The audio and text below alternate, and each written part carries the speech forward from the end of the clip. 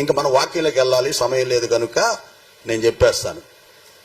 ఎన్ని యుగాలు మారినా కూడా గొర్రెకు బెత్తడి తోక, అది అభివృద్ధి చెందదు.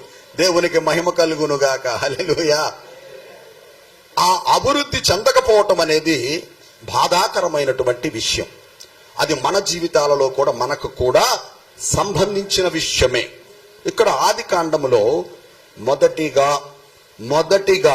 తన భక్తులైన లేదా తన కుమారుడు కుమార్తె అయిన అవ్వా ఆదామునకు ప్రప్రథముగా ఇచ్చినటువంటి బ్లెస్సింగ్ మనం చదవచ్చు. ఆది కాండము 1వ అధ్యాయము 28వ వచనములో క్రిందది చదవాలి. అంటే రెండవ లైను,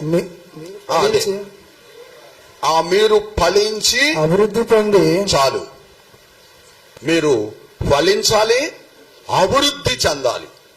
ఇది ఎవరి ప్రణాళిక? దేవాది దేవుని ప్రణాళిక. దేవునికి మహిమ కలుగును గాక. హల్లెలూయా. అయితే ఆయన చిత్త ప్రకారంగా, ఆయన ప్రణాళిక ప్రకారంగా ఆత్మీయతలో మనము అభివృద్ధి పొందుకుంటున్నామా? పరిశుద్ధతలో మనము పరిపక్వములోనికి వెళుతున్నామా?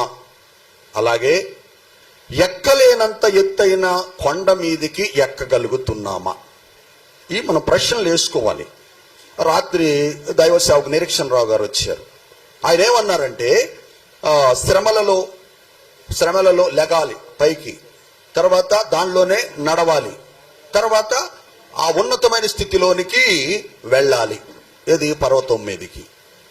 అయితే ప్రియా దేవుని బిడ్డలారా, అటువంటి ఈ అభివృద్ధి చెంది ఉన్నతమైన స్థితిలోనికి మనము వెళుతున్నామా లేదా?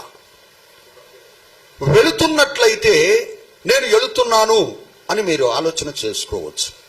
ఒకవేళ ఆ స్థితిలో లేకపోతే ఈరోజు ఎలా వెళ్ళాలి, ఆ స్థితిలోనికి ఎలా వెళ్ళాలి, దేవుని వాక్యాన్ని బట్టి మీకు చక్కగా నేను ఎక్స్ప్లెయిన్ చేస్తాను. అయితే మీరు మొదట చేయాల్సింది ఒక పని చేయాలి. ఏంటది?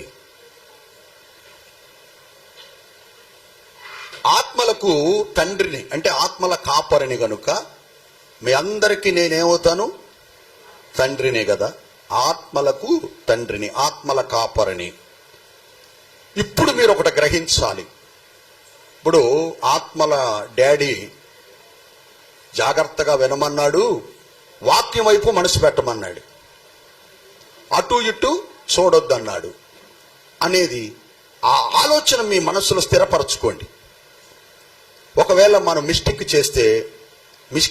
చేస్తే డాడీ బాధపడతారేమో అనేటువంటిది ఆలోచన కూడా మీ మనసులో ఉంచుకోండి. అది ఉంటేనే నా యందు మీరు రెస్పెక్ట్ ఇవ్వగలరు, నేను చెప్పిన వాక్యం వైపు మనసు పెట్టగలరు. ఒకవేళ అది లేదనుకోండి, ఇలానే అనాలోచనగా ఉంటారు. ఓకే, స్థిరపరచుకోనండి. మనం పరిశుద్ధ గ్రంథములో